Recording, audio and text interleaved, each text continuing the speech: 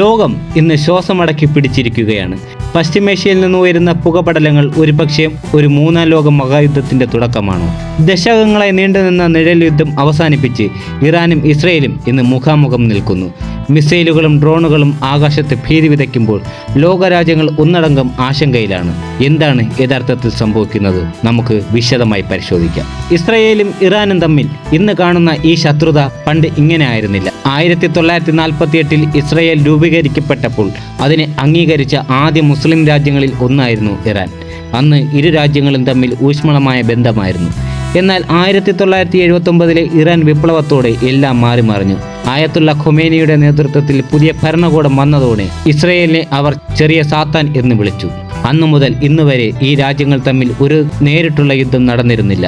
പകരം ഹിസ്ബുള്ളയെയും ഹമാസിനെയും പോലുള്ള ഗ്രൂപ്പുകളിലൂടെയായിരുന്നു ഇറാൻ ഇസ്രയേലിനെ നേരിട്ടിരുന്നത്. 2024 മുതൽ സ്ഥിതിഗതികൾ വഷളായിക്കൊണ്ടിരുന്നു. ദമാസ്കയിലെ ഇറാന്റെ നയതന്ത്ര കാര്യാലയത്തിന് നേരെയുണ്ടായ ഇസ്രയേൽ ആക്രമണത്തിന് മറുപടിയായി ഇറാൻ നേരിട്ട് മിസൈലുകൾ തൊടുത്തു. 2025 നടന്ന 12 ദിവസത്തെ യുദ്ധം മേഖലയെ പിടിച്ചുകുലുക്കി. എന്നാൽ 2026 ഫെബ്രുവരിയിൽ ഇറാന്റെ ഉന്നത നേതാക്കളുടെ മരണത്തിന് കാരണമായ ആക്രമണം കാര്യങ്ങൾ കൈവിട്ടു പോകാൻ കാരണമായി. ഇറാന്റെ ആണവ പരീക്ഷണങ്ങളും ഇതിന് ആക്കം കൂട്ടി. ഇസ്രായേലിനെ സംബന്ധിച്ചിടത്തോളം ഇറാൻ ഒരു ആണവ ശക്തിയാകുന്നത് തങ്ങളുടെ നിലനിൽപ്പിന് ഭീഷണിയാണെന്ന് അവർ കരുതുന്നു. മിസൈലുകൾക്ക് മുൻപേ ഇസ്രായേലിന്റെ ഡിജിറ്റൽ ലോകം തകർന്നു. ഇറാന്റെ ഹാക്കർമാർ ഇസ്രായേലിന്റെ വൈദ്യുതി വിതരണ ശൃംഖലയും ട്രാഫിക് സിഗ്നലുകളും ഹാക്ക് ചെയ്തതോടെ നഗരങ്ങൾ നിശ്ചലമായി. വെറും ഒരു മാരക യുദ്ധം കൊണ്ടല്ല, ഒരു ക്ലിക്കിലൂടെ ഒരു രാജ്യത്തെ സ്തംഭിപ്പിക്കാൻ കഴിയുമെന്ന് ഇറാൻ തെളിയിച്ചു. ഒന്നോ രണ്ടോ അല്ല, ഒരേ സമയം 100 കണക്കിന് ഡ്രോണുകൾ വിക്ഷേപിച്ച് ഇസ്രായേലിന്റെ വിഖ്യാതമായ അയൺ ഡാം പ്രതിരോധ സംവിധാനത്തെ കബളിപ്പിക്കാൻ ഇറാന് സാധിക്കും. പ്രതിരോധത്തിന് ചെലവാക്കുന്ന തുകയേക്കാൾ വളരെ കുറഞ്ഞ ചെലവിൽ ഇസ്രായേലിനെ മുട്ടുകുത്തിക്കാൻ ഇറാൻ ഈ ഡ്രോൺ കൂട്ടങ്ങളെ ഉപയോഗിക്കുന്നു. ഇറാന്റെ അതീവ സുരക്ഷയുള്ള ആണവ കേന്ദ്രങ്ങളിൽ പോലും ഇസ്രായേലിന്റെ ചാരസംഘടനയായ മൊസാദ് കടന്നുകയറി.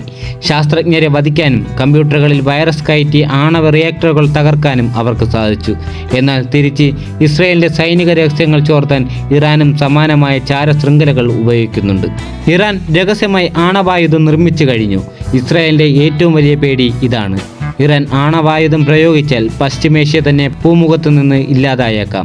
ഇത് കേവലം 2 രാജ്യങ്ങൾ തമ്മിലുള്ള യുദ്ധമല്ല, മറിച്ച് മാനവരാശിയുടെ നിലനിൽപ്പിനെ തന്നെ ബാധിക്കുന്ന ഒന്നാണ്. ഈ യുദ്ധം നമ്മുടെ പോക്കറ്റിനെയും ബാധിക്കും. ലോകത്തെ എണ്ണ വിതരണത്തിന്റെ നിർണായകമായ ഹോർമുസ് കടലിടുക്ക് അടച്ചുപൂട്ടുമെന്ന് ഇറാൻ ഭീഷണിപ്പെടുത്തി കഴിഞ്ഞു. ഇത് സംഭവിച്ചാൽ എണ്ണവില കുതിച്ചുയരും. നിലവിൽ തന്നെ ബാരലിന് $110 മുകളിലാണ് വില. ഷിപ്പിംഗ് പാതകൾ തടസ്സപ്പെട്ടതോടെ നിത്യോപയോഗ സാധനങ്ങളുടെ വിലയും വർദ്ധിക്കാൻ സാധ്യതയുണ്ട്. അമേരിക്കയും യൂറോപ്പും ഇതിനകം തന്നെ സാമ്പത്തിക പ്രത്യാഘാതങ്ങൾ നേരിടാൻ തുടങ്ങിക്കഴിഞ്ഞു. ഇന്ത്യയെ സംബന്ധിച്ചിടത്തോളം ഇതൊരു വലിയ വെല്ലുവിളിയാണ്. ലക്ഷക്കണക്കിന് ഇന്ത്യക്കാരാണ് ഗൾഫ് രാജ്യങ്ങളിൽ ജോലി ചെയ്യുന്നത്. അവരുടെ സുരക്ഷ വലിയൊരു ചോദ്യചിഹ്നമാണ്.